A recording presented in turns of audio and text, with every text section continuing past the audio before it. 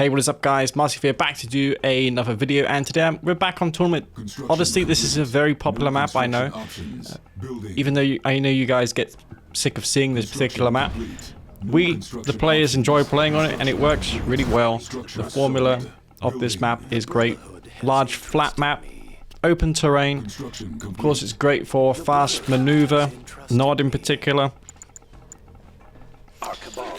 GDI can excel on it too. Those Marath tanks have space to, again, maneuver around. They are very large, they are very cumbersome, but you can put them in a pretty decent line formation with the terrain that's on this particular map here. So yeah, we're playing as the Black Hand in this game. I'm going to be playing versus Phoenix. Me and Phoenix have been practicing versus one another for the past week.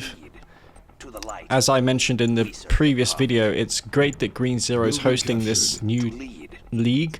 He's calling it the Extended Series, and we have weekly show matches between players.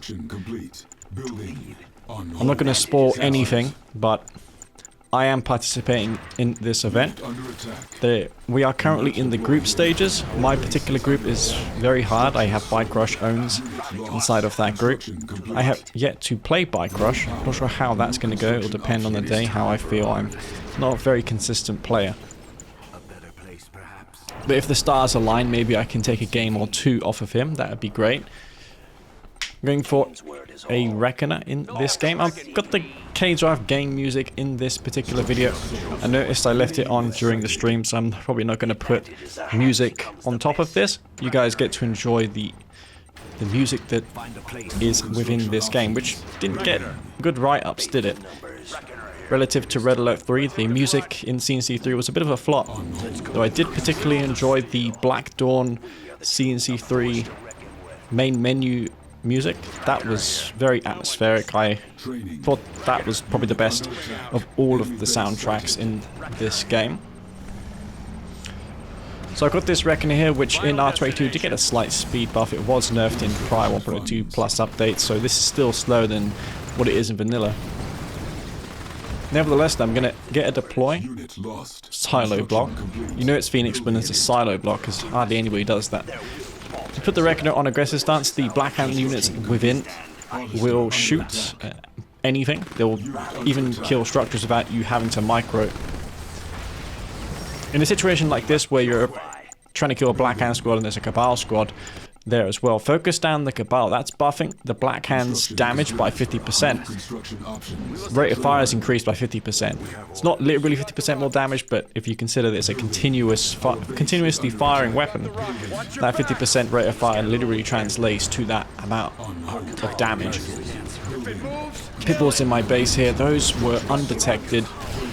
That Reckoner rush failed. I'm gonna get harassed by these units here. 5 pitbulls. I've got that upgraded power plant, which I need to really ensure that it doesn't die. That's powering my entire base. If that dies, I'm in big trouble. Let me just take a sip of water. We've got the rockets. Rockets right here. Casting does necessitate the hydration, let's just say. Working on my third refinery, a little bit behind Phoenix. It's time for a harvest. Those are unstealthed harvesters as Black Hand. You won't find Black Hand with stealth unless you're playing certain mods. I guess CGF's 1.03, whatever he likes to call it nowadays, could have that in the future. He'll argue that, oh yeah, in the lore it could have been interpreted that Black Hand had stealth. I mean, they have bloody aircraft in that patch, so anything's possible. Attack bikes coming out here because I'm afraid of hammerheads. It could be hammerheads. I'm being very greedy here. I'm getting down my 4th refinery. I'm hoping that he's doing the same thing. At this point, I should be working on a shrine and getting infantry out, since I am Black Hand in this game. But I'm going instead for a tier 2. I'm going to get hit now by the Shatterers and Predator tanks heading towards me. This tier 2 was a bit of a mistake in hindsight, but yeah, Shatter is a seldom seen unit. I've got a fully saturated natural expansion. I'm going to use these decoys to bait the shots from the Shatterers. I'm going to try and see if I can harass these units before they arrive in my base. I'm going for beam cannons, which is a very unorthodox choice. I primarily want to aim down those Shadowers from afar, but I'm not sure if I'm going to have enough time. I've only got one beam cannon currently. Those bikes are doing the best they can to avoid getting shot out by those Shadowers. They get a nice shot there on that Shadow. The rocket armor was increased, funny enough. I just remembered this.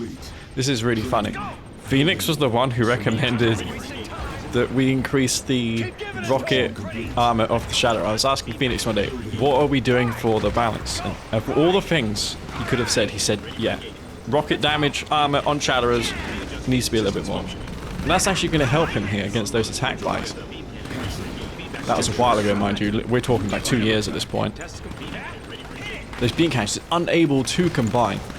And that's just those Predator tanks. If I had the Shrine, I could pump out infantry, but those Predator tanks are more effective than APCs in such a situation, since if your opponent goes for that hand of knot, the Preds can literally just camp the hand of knot and crush infantry as they spawn. So that's why I'm building Fnatic squads at this point. He's planting down those mines so my Scorpion tanks take mine damage. I'm not working on that Those blade upgrade, and I don't think I'm going to be able to hold this. I don't think I'm going to be able to hold this. Those shadow tanks are reinforcing. I'm placing down those sound towers because I'm afraid of those hammerheads coming in here. He's pretty relentless. He's committing a lot of forces and a lot of resources to this assault, and he's going to focus down my war factory. Those beam cannons are getting focused down. He's trying to kill the beam cannons. Those beam cannons have a lot of health. Fnatic swords coming out. Those are only $600 in this version. They got a nice amount of chain damage dealt. They're killing several of those units, and they're the hammerheads, which I feared about. Quad turrets could be on the cards for me, just to deal with those hammerheads a little bit sooner. I can get a mantis out too. Those shoot 3 seconds after spawning from a war factory. It was 5 seconds before, but my goodness, to get that unit to shoot 3 seconds after coming out of the war factory did require some compromises, but I did compensate for it. Focus, he's still, this push is still happening. This push is still happening. I'm not going to quit in this game. I don't want to quit. I feel like I can hold this off, especially with this second war factory coming down.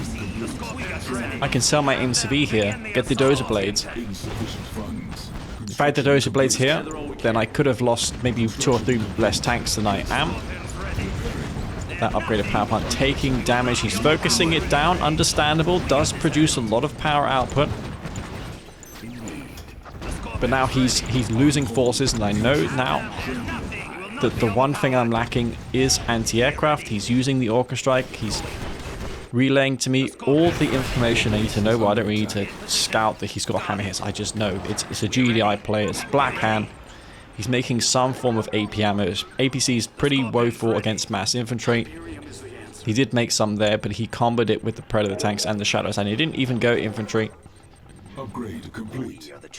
I've got the Dozer Blade upgrade now. 2 Mantis and a bunch of Scorpion tanks. I'll go straight for his expansion because I'm at this point thinking of his expansion. He's probably got an MCV moved there now with a refinery. I'd be very surprised if not. He's committed a lot of forces to this push, and there's that defensive tower. I was thinking, damn it, if I could just move in there with that tower, that would be great. He may have bought himself some time. There's a veteran tank or 2 of mine in that force. I'm going to work on a refinery for this third of mine. I'm going to head towards my natural expansion. My third. Now, if he's working on a Marv at this point, I'm in deep trouble, but I can, while he's building that Marv, go for his base with the Scorpion tanks, even mix in a flame tank or 2 if I want. Use the support power that nobody really knows about, and that is the power vibration scan. It is free in 1.02 plus. I want to get away from that defensive tower, and those Mantis are scaring back the hammerheads. The Mantis conveniently move at the same speed as the Scorpion tanks, so having them mixed in is a great combination. They're not going to be left behind as long as you have them in the same group. And this refinery will be destroyed. Not that it's a high value target there, since he's got 2 refs there anyways. Scorpion tanks going to make their way to the third. I'm going to start planting down these turrets at my MCV. These will be caught by the Predator tanks. Fortunately, though, he didn't notice that the Mantis was there, didn't target the Mantis. If that was the case, then I wouldn't have any anti-aircraft to get out of this position. This Mantis is a very high-value target. I'm trying to keep it back there, protected, because if those hammerheads rock up unopposed, he's going to be able to kill all the Scorpion tanks. So having that Mantis is really insanely important at this point. And there's more Predator tanks reinforcing, but that 20% Dozer Blade upgrade is providing these Scorpion tanks with the armor they need. And I'm going to micro this Scorpion tank here to get the last shot on this tank. It is not yet heroic. I'm begging that it does go heroic now, and yes, it does. There it is, a heroic Scorpion tank. How insane is that? That is a heroic Scorpion tank as Blackhand against GDI. These tanks doing so much work. The Mantis as well, really paying dividends in this particular game. Working on a tier 3, so I'm really recovering in this game at this point. This tier 3, when it comes down, I'm going to have a tech advantage over my opponent. Construction complete. And I should get to work straight away on a Redeemer or some clicks. I opt for the clicks. Maybe some purifiers here at this point would be nice. In position. Closing in. I'm going to start utilizing this tech upgrade of mine. I'm going to also use this Scorpion tank as well, just to get some kills on these tanks. You can see the damage is pretty insane with that double fire rate. That's one of the best features about Command & Conquer 3. The veterancy, the reward of microing your units is not usually there, but when you get a heroic unit, it is possible to win the game solely due to that unit. Mantis back there dealing with the odd hammerhead threat that does arise. Gonna plant down this chemical plant, and I need a scout in his base just to one-click him. A bunch of Predator tanks in my main. This was unexpected, and the Purified was not spawned at my main. I must have built a second war factory. It was at my expansion. Working on it. That must have been a mistake. I need to go for a secret shrine. He's got the railgun upgrade, which was unexpected, so he is now on tier 3 after all. I'm not sure if I'm going to have enough to hold back these forces. I am floating a lot of resources here I can go for. I really need to defend this base off, this refinery in particular, since it's providing me with ground control there. This tier 3 was a bit of a mistake. I notice it now. I'm actually queuing another tier 3. What I really want here is a secret shrine. I'm going to head into his expansion here, see what I can find as well with these units. Mantis just to deal with the hammerheads if he's got them. There's 2 APCs that I can pick off, but this one tank is going to be sandwiched in here between the 2 railgun Predator tanks that are heading in from that direction and the other direction. I'm going to head towards his base here with the Purifier, see what I can accomplish, but with the hammerheads, this force will likely be cleaned up relatively quickly. Going to get that one click off though, so at the very least the heroic tank will be able to scout for the one click, and the Redeemer is on my mind currently. Commando 2, not sure why I'm deciding to build a Commando. More infantry is really what I should be prioritizing on, since the Purifiers provide them with a Aura buff. If I can keep some Mantis around to deal with the hammerheads, the infantry can deal with those railgun Predator tanks relatively easily. He's calling in the sniper team support power. Commando is out for me. That can tank several sniper shots, but it's still going to be exposed to those snipers if I don't have a counter. As Blackhand, you want to be building Raider buggies in such a situation. Railgun hammerheads flying from above. That was the one thing I really was least expecting at this point. I don't have tip core. I do have the particle beams, I believe. I'm moving into his base with these Purifiers. I've got 4 Purifiers, a bunch of infantry heading towards him. Ideally, I should have had an MCV to support this push of mine, but really, I don't have that luxury currently. A Mantis or 2 couldn't go amiss at this point. A rig randomly being sent in to Let's Do that. Can I get an RIP in the comment section for that rig being absolutely destroyed in that engagement there? That was the most random thing ever. So yeah, 4 Purifiers Our base and a is under bunch of infantry. Those sniper teams are a bit far forward. Usually they are best served to be a little bit further behind for, you know, stating this for obvious reasons, right? They're just going to get burnt down with the flamethrower. You can see the Aura buffing radius is a lot more on the purifiers. This push is very powerful. I'm going to defend this off. Yeah, the MCV was destroyed. That's unfortunate. I need to get to work right away on another MCV. And there's the support powers that GDI so often rely on. And that actually got all 4 of the purifiers. I've got blue flame, I think. I don't... Do I have blue flame? Yeah, I do. I did research that. And instead of using their lasers, I'm just going to instead opt to flame all these units down. There's 1 railgun hammerhead left. I'm queuing a mantis. I've only got 1 singular war factory. This army is gonna just about hold this off. That shockwave artillery was crazy. Could have reacted to it a little bit sooner. 2 juggernauts back there too. But yeah, that could have gone either way, especially with these mantis. I wasn't responding quick enough to the hammerheads. And I think both of us have harvested the same amount of Tiberium. In fact, he's got none left to harvest. I've got 2 mantis. That's a zone head, so I'm going to go in, see if I can kill it. Mantis doing what they can. I've got 6 harvesters, but what I really need here is an MCV. I'm working on 1 now. If I can get infantry out, that's going to be great for me. I've still got Tiberium left to harvest. I've got all my upgrades. If I keep this mantis around, he can't camp my barracks with the hammerhead. But I'm not sure if I have the time. If I have time, I can rebuild an army. Blackhand can so easily rebuild their armies. I'm going to go for that Hand of Nod right away and queue a shredder turret since I have the charged particle being upgraded.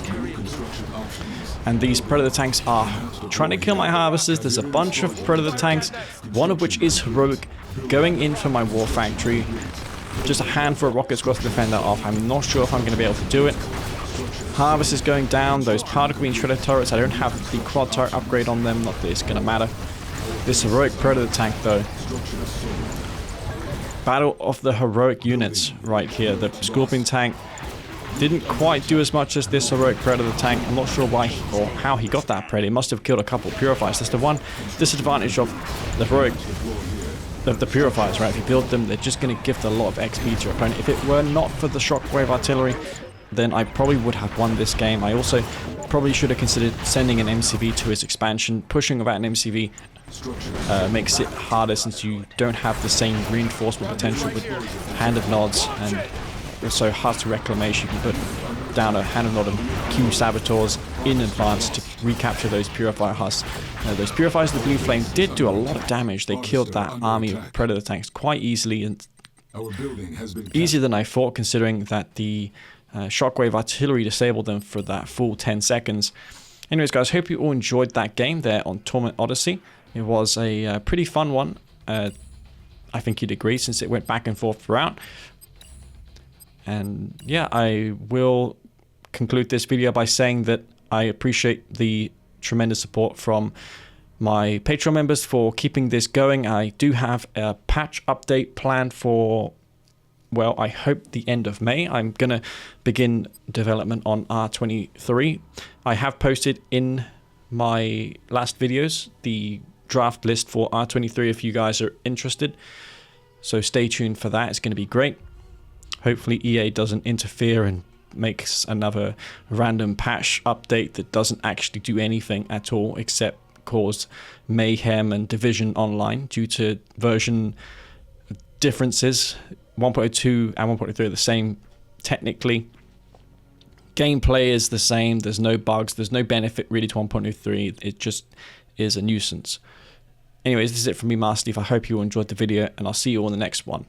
Peace out.